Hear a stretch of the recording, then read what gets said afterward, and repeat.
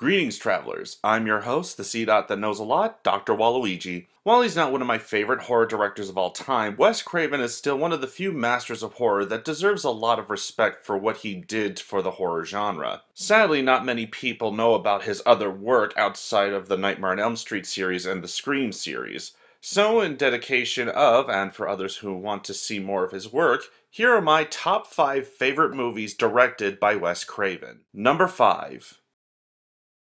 Music of the Heart. One of the lesser-known movies that Wes Craven directed was the 1999 biopic Music of the Heart. The movie follows the story of real-life music teacher Roberta Tavares as she fights to keep her music program in Harlem with the help of other teachers and parents.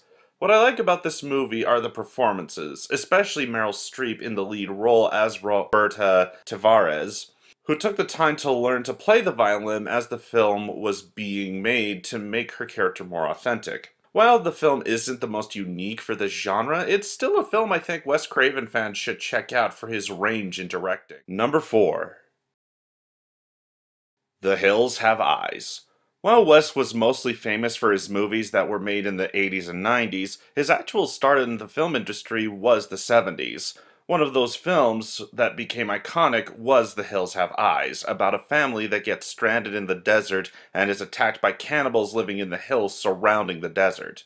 Much of what made this movie stand out is the setting. Most horror movies at the time were still set in the suburbs, and only a few were set outside of these settings. On top of an intriguing setting, the actors put in an amazing performance, including the villains who are intimidating and surprisingly smart for how they tracked and killed their prey. While I do think that the remake improved on many of these aspects, I still like this movie and still put it on occasionally. Number 3.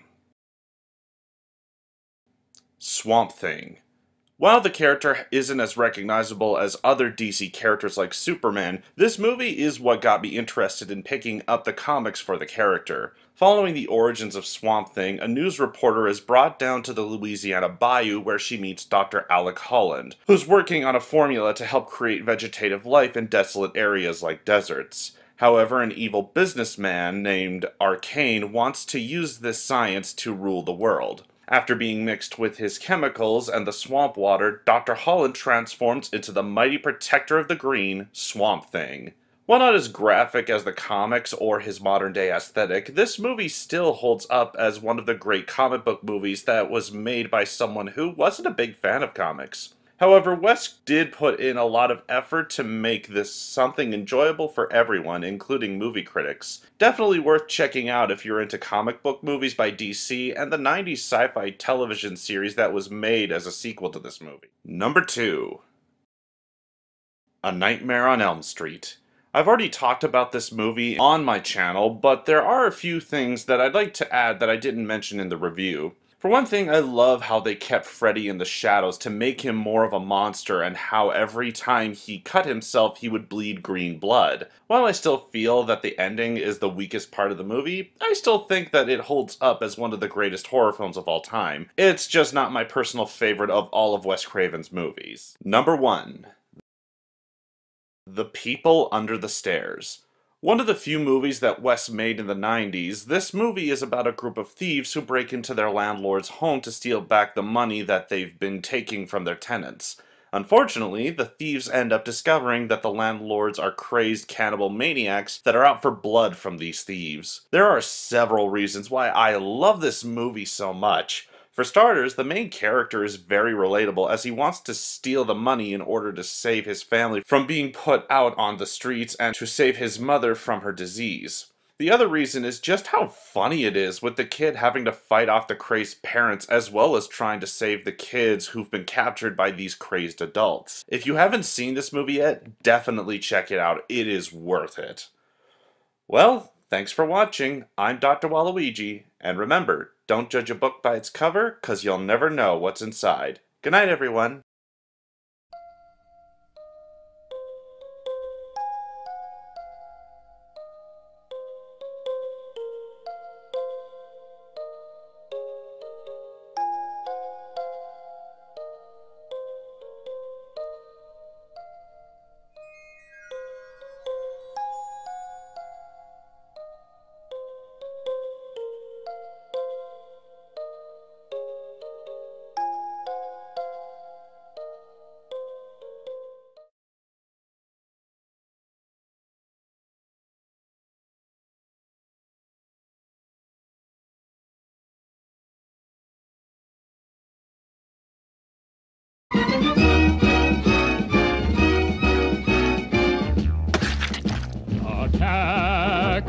tomatoes. Attack of the killer tomatoes. They'll beat you, bash you, squish you, mash you, chew you up for brunch, and finish you.